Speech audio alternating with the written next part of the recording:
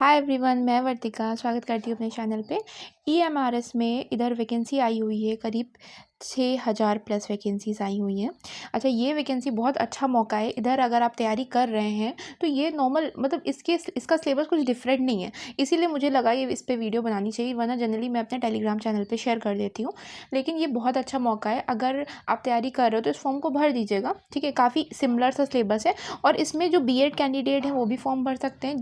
जिनके पास बीएड नहीं है उनके लिए भी इसमें पोस्ट है और अच्छी सैलरी है, मतलब लेवल 5, लेवल 6, लेवल 7 की सैलरीज में ये पोस्ट इन्होंने निकाली हुई है। उसके अलावा अगर जिनके पास सीटेड है वो भी फॉर्म भर सकते हैं, जिनके पास सीटेड नहीं है वो भी फॉर्म भर सकते हैं। दोनों के लिए वैकेंसीज़ हैं, वीडियो अंत तक ज़रूर देखिएगा, सिलेबस बताऊंगी और वैकेंसीज़ हैं।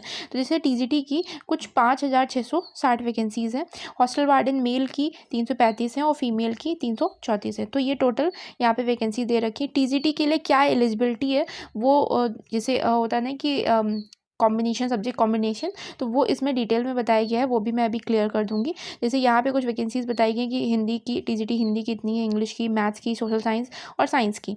उसके अलावा जो लैंग्वेज कंसर्न होता है जैसे कि बंगाली, गुजराती, उनकी ये पर्टिकुलर वैकेंसीज हैं। ठीक है, अब यहाँ पे ये कुछ और भी हैं टीजीटी की, जैसे म्यूज़िक की है, आर्ट की है, पेट की है, फीमेल लाइब्रेरियन की है, इन सब की वैकेंसीज़ बताई गई हैं।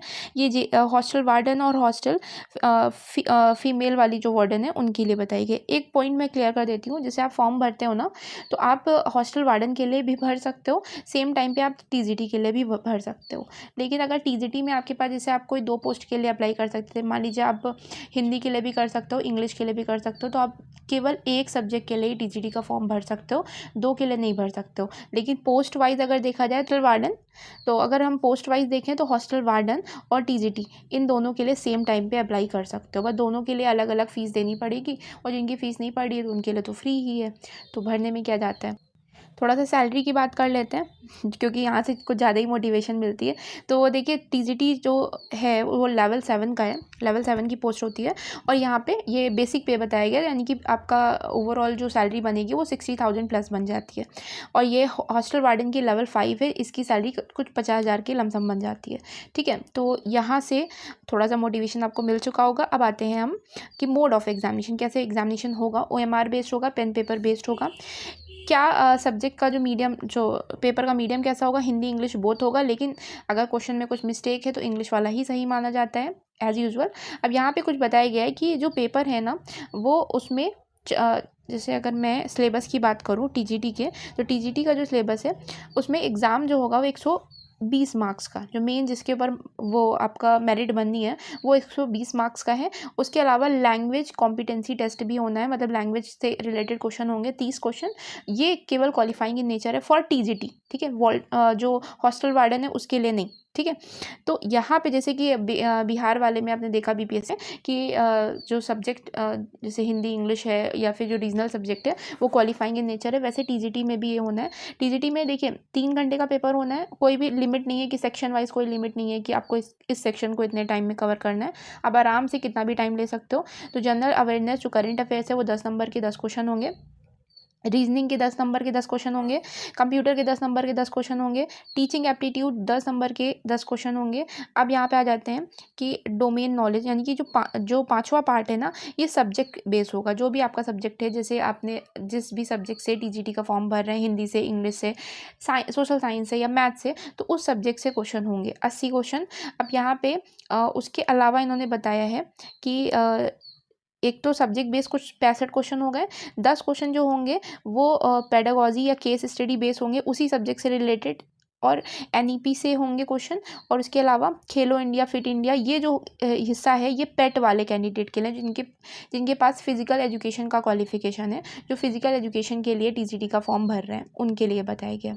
ठीक है, अब आ जाता है जो ये आपका 6 पार्ट है, 6 पार्ट क्वालिफाइंग इन नेचर है, मतलब ये 5 पार्ट जो है इनसे मेरिट बनेगी, लेकिन जो छठा पार्ट है वो क्वालिफाइंग इन नेचर है। अगर आप इसको क्वालिफाई नहीं करते हैं तो आपके जो पहले के जितने भी पार्ट है उसमें कितना भी नंबर ले आओ उससे कोई मतलब नहीं है, वो आपकी इवैल्यूएट ही नहीं होगी। ठीक है, तो 6 पार्ट इंपॉर्टेंट हो जाता है। 6 पार्ट में बता दूं 30 क्वेश्चन है, 30 क्वेश्चन में जनरल हिंदी, जनरल इंग्लिश और रीजनल लैंग्वेज।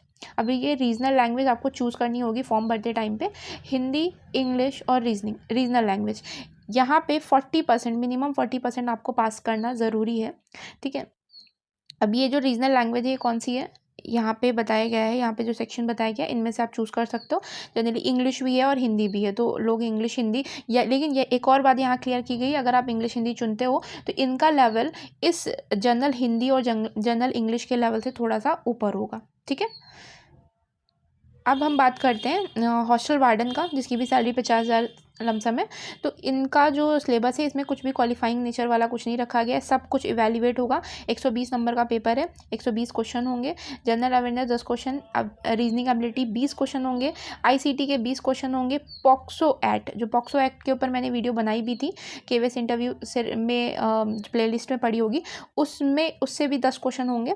और एडमिनिस्ट्रेटिव एप्टीट्यूड के 30 क्वेश्चन होंगे। और 6 पार्ट है लैंग्वेज कॉम्पिटेंसी, यानी कि हिंदी, इंग्लिश और रीजनल लैंग्वेज, इसके भी 30 क्वेश्चन होंगे, मतलब 10 ईच क्वेश्चन। लेकिन ये क्वालिफाइंग नेचर नहीं है। जो वार्डन वाला है ना, हॉस्टल वार्डन में, उसमें सब कुछ आपका इवैल्यूएट होगा मेरिट बनने के लिए, ठीक है। तो अगर आप टीजीटी की भी तैयारी करते हो तो मैं ये कहूँगी, अगर आप ये हॉस्टल वार्डन का भी फॉर्म भर देंगे तो बेहतर रहेगा, क्योंकि सिलेबस काफ़ी सिमिलर है, तो कुछ भी एक्स्ट्रा तैयार करना नहीं है आपको, और आपके पास एक एक्स्ट्रा ऑप्शन भी हो जाएगा। अब बात करते हैं नेगेटिव मार्किंग की। नेगेटिव मार्किंग 1/4 रखी गई है, 0.25 नेगेटिव मार्किंग है, और एक क्वेश्चन पे एक सही मार्क्स मिलेगा, लेकिन गलत क्वेश्चन पे 0.25 कट जाएगा। डिटेल सिलेबस आपको इनकी ऑफिशियल वेबसाइट से मिल जाएगा, सब्जेक्ट वाइज सिलेबस जो है। अब मोस्ट इंपॉर्टेंट टॉपिक आता है कि क्या क्वालिफिकेशन है, एलिजिबिलिटी क्राइटेरिया क्या है, क्या होना चाहिए, बीएड सीटेट, वो सब यहाँ पे डिस्कस करेंगे। जैसे कॉम्बिनेशन को लेकर ये बहुत ज़्यादा इशूज़ रहते हैं।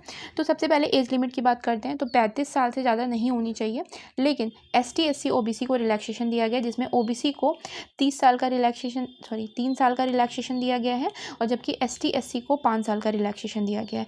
अब अगर हम सब्जेक्ट कॉम्बिनेशन की बात करें, तो आपके पास देखिए एक BSc या BA जो भी है वो होना चाहिए, यानी कि बैचलर डिग्री होनी चाहिए, उसके साथ में बीएड होना चाहिए। टीजीटी पोस्ट की बात कर रही हूँ।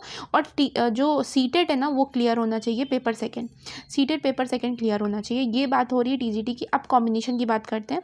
जैसे अगर हम टीजीटी हिंदी की बात करें तो आपने 3 साल पढ़ा हो डिग्री कोर्स में। उसके अलावा इंग्लिश की बात करें तो इंग्लिश को भी 3 साल आपने पढ़ा हो। मैथ्स के लिए कॉम्बिनेशन ये है कि आपने मैथ्स विथ फिजिक्स पढ़ा हो और या फिर उन जो जैसे 3 साल होते हैं ना, तो कभी कभी ऐसा होता है कि लास्ट कई यूनिवर्सिटीज़ में लास्ट में एक सब्जेक्ट आपको छोड़ना पड़ता है, तो लास्ट में आपका मैथ्स और फिजिक्स होना ज़रूरी है।